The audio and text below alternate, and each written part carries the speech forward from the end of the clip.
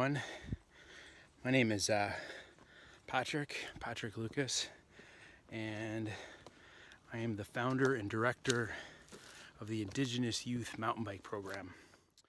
The IYMBP is a nonprofit social venture that I started about 9 years ago with the intent of working with Indigenous peoples and First Nation communities around BC and beyond to help their kids and their community members and their elders get out on the land, reconnect with nature and live healthy, active lives.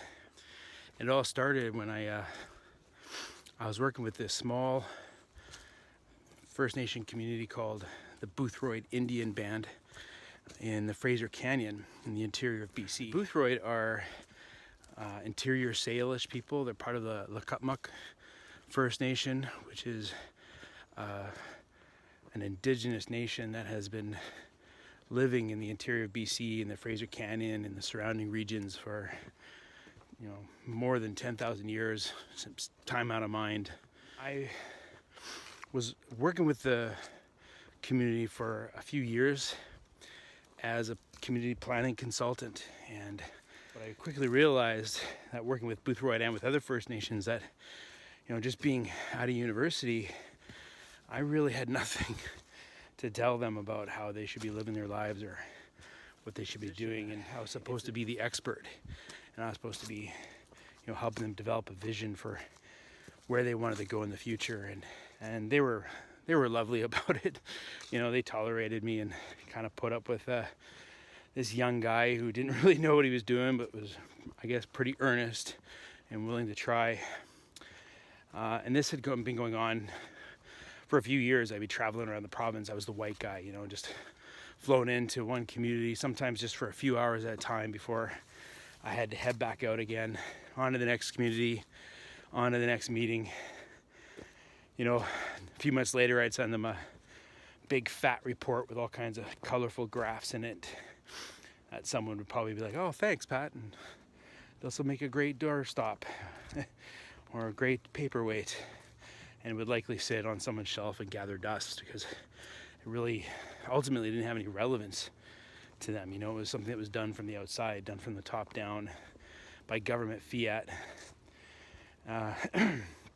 So there I was in a meeting with the Boothroyd Indian Band, the leadership, the chief and council and elders, listening to them talk about their youth and how worried they were about them getting into drugs and alcohol and living sedentary lives, playing video games a lot, and wanting to do something for them. And I was sitting there with this kind of knot growing in my stomach, this feeling that I had nothing of value to offer them. I had no solutions or ideas despite my years of education, my overinflated billing rates. And it was then, right in the middle of that meeting, when an elder leaned over to me and he said, "What do you know about mountain biking?"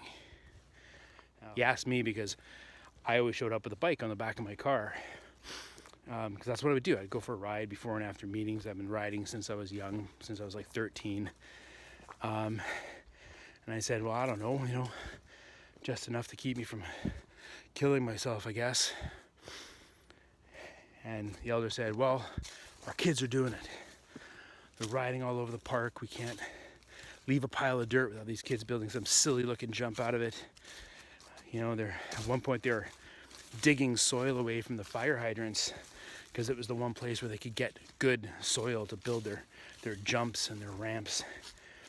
He said, "We don't want them to stop. It'd be nice if they stop taking boards out of my fence to build their tricks and features, but we want them to stay outdoors. We want them to stay active. Can you help us?" And of course, I said yes. Now, I didn't know anything about building bike parks or anything like that. So I reached out to a bunch of different people in the community, managed to connect with this one lovely gentleman by the name of Doug Detwiller, a retired teacher from the Sunshine Coast who was responsible for creating the Spraw Kids program, which has been used to teach thousands of kids all over the world to ride. It's been adopted in something like 22, 23 countries by now. And he agreed to come and help us out. We returned to the community and we built a little bike park, and it just completely changed my relationship with that community. People started opening up to me in ways that never had before. It was amazing. And the kids worked so hard.